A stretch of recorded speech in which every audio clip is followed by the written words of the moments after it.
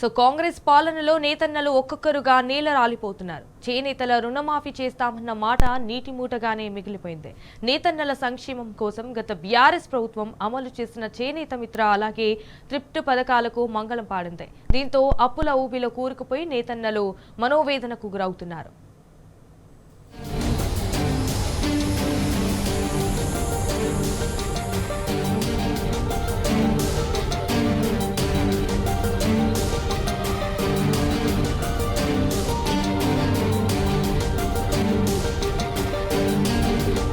నేతన్నల పాలిట శాపంగా మారింది రేవంత్ పాలన.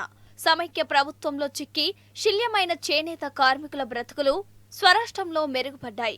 10 ఏళ్ల పాటు నేతల కార్మికుల చేతి నిండా పని, జేబు నిండా డబ్బులతో సంతోషంగా జీవించారు. ఎన్నో సంక్షేమ పథకాల్ని ప్రవేశపెట్టి నేతన్నల జీవితాల్లో వెలుగులు నింపారు కేసీఆర్. ప్రభుత్వ ఖజానా నుంచే నేరుగా నేతన్నల సంక్షేమ పథకాలకు నిధులు కేటాయించి నేతన్నల ఆత్మహత్యలను పూర్తిగా నివారించారు.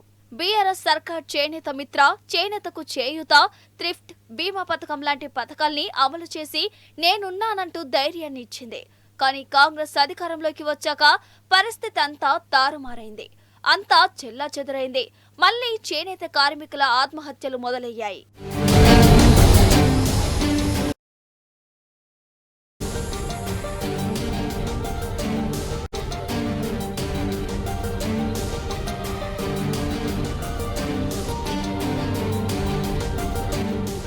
నేతన్నల సంక్షేమం కోసం బీఆర్ఎస్ ప్రభుత్వం తీసుకొచ్చిన పథకాల్ని ఒక్కొక్కటిగా మూసివేస్తోంది రేవంత్ సర్కార్.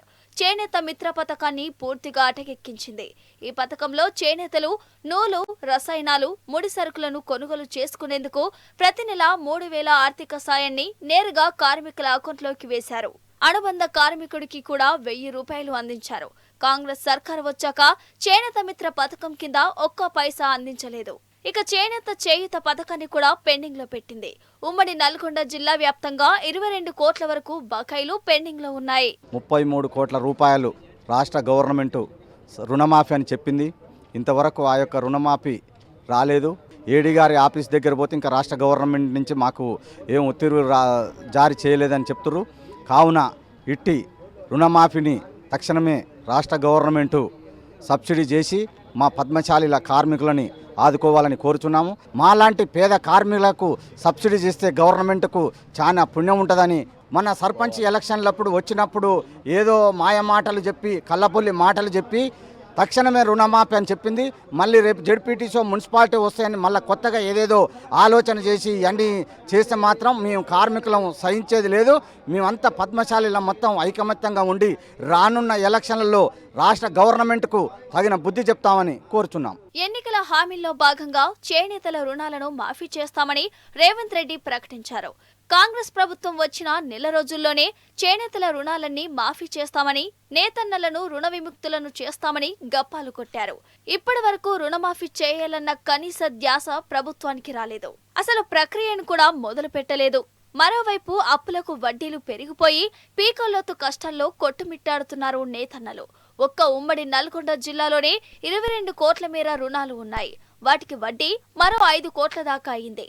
మరోవైపు రేవంత్ సర్కార్ వెంటనే రుణమాఫీ చేయాలని రోడ్డెక్కి ధర్నాలు, రాస్తారోకలు, దీక్షలు చేస్తున్నారు చేనేతలు. అయినా ప్రభుత్వంలో మాత్రం చలనం లేదు. ఇదంతా ఏం జరుగుతుంది? మేమైతే వడ్డీలు కట్టినాం. అందరూ తలా 50,000 వేలు లక్ష తీసుకున్న వాళ్ళకు 30,000, 20,000 అట్లా ఉంటే వడ్డీలు కట్టిరు. దాని గురించి ఎదురు చూస్తారు. అవి కూడా 5 రూపాయల ఇంట్రెస్ట్కో 3 రూపాయల ఇంట్రెస్ట్కో తెచ్చిరు, కట్టిరు. ఇంతవరకు దానికి ఏది లేదు. మొన్నటిదాకానేమో సర్పంచ్ ఎలక్షన్లు అని చెప్పి ఎలక్షన్ కోడ్ అని చెప్పారు. ఇప్పుడేమో మళ్ళీ ఈ ఏడీ సార్ కలెక్టర్ సార్ ఏమని చెప్పారు, కలెక్టర్గా ఇచ్చేస్తే ఇది మీరు చూసుకోండి అని చెప్తే దాని మీద రాస్తే మీ 2 రోజులు అంటుండు. ఈ 2 రోజులు ఫస్ట్ లోపు కాకపోతే 2వ తారీఖు 3వ తారీఖు మళ్ళీ ఎలక్షన్ కోడ్ వస్తుంది. మీరు ఎప్పుడు చేస్తారు? మీరు చేస్తారా? లేకపోతే మేము ఆత్మహత్య చేసుకోవడానికి రెడీగా ఉన్నాం. నేను చేనేత కార్మికుడిని. రేవంత్ సర్కార్ మాట నమ్మి అప్పులు చేస్తే వడ్డీలు తడిసి మోపడయ్యాయని, ఇప్పటికే బతుకమ్మ చీరల ఆర్డర్లు ఎత్తేశారని నేతన్నలు వాపోతున్నారు. అప్పులు కట్టే దారి కనిపించకపోవడంతో చేనేతలు మనోవేదనకు గురవుతున్నారు. ఇప్పటికే జిల్లాలో 3 చేనేత కార్మికులు ఆత్మహత్య చేసుకున్నారు. ఇప్పటికైనా ఇచ్చిన మాట ప్రకారం చేనేత రుణాల్ని చేనేత కార్మికులు.